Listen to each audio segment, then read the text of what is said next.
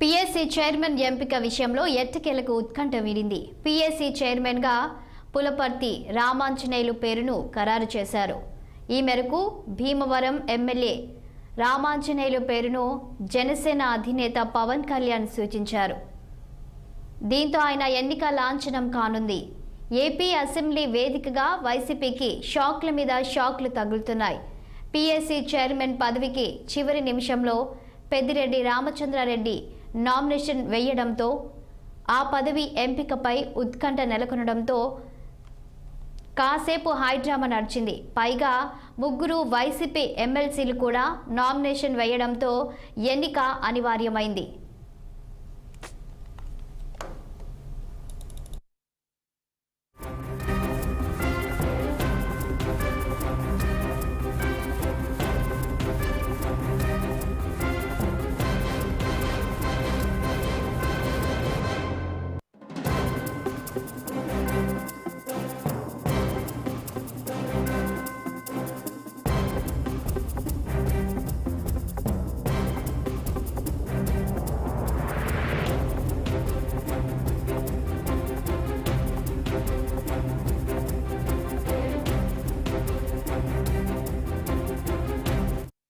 PSC chairman ఎంపిక విషయంలో ఎట్టకేలకు ఉత్కంఠ వీడింది. పీఎస్సీ చైర్మన్ గా పులపర్తి రామాంజనేయులు పేరును ఖరారు చేశారు.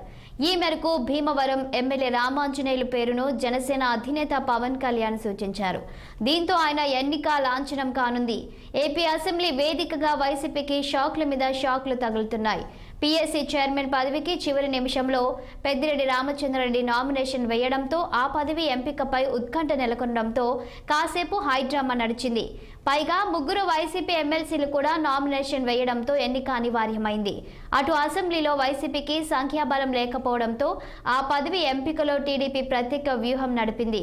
సంప్రదాయం ప్రకారం అసెంబ్లీకే పదవి వర్తిస్తుందని చెబుతూ జనసేనకు పదవి ఇవ్వాలని సూచించింది. దీంతో రామాంజనేయులు పేరును ఖరారు చేశారు. ఈ మేరకు ఆయన ఎన్నిక లాంఛనం కానుంది.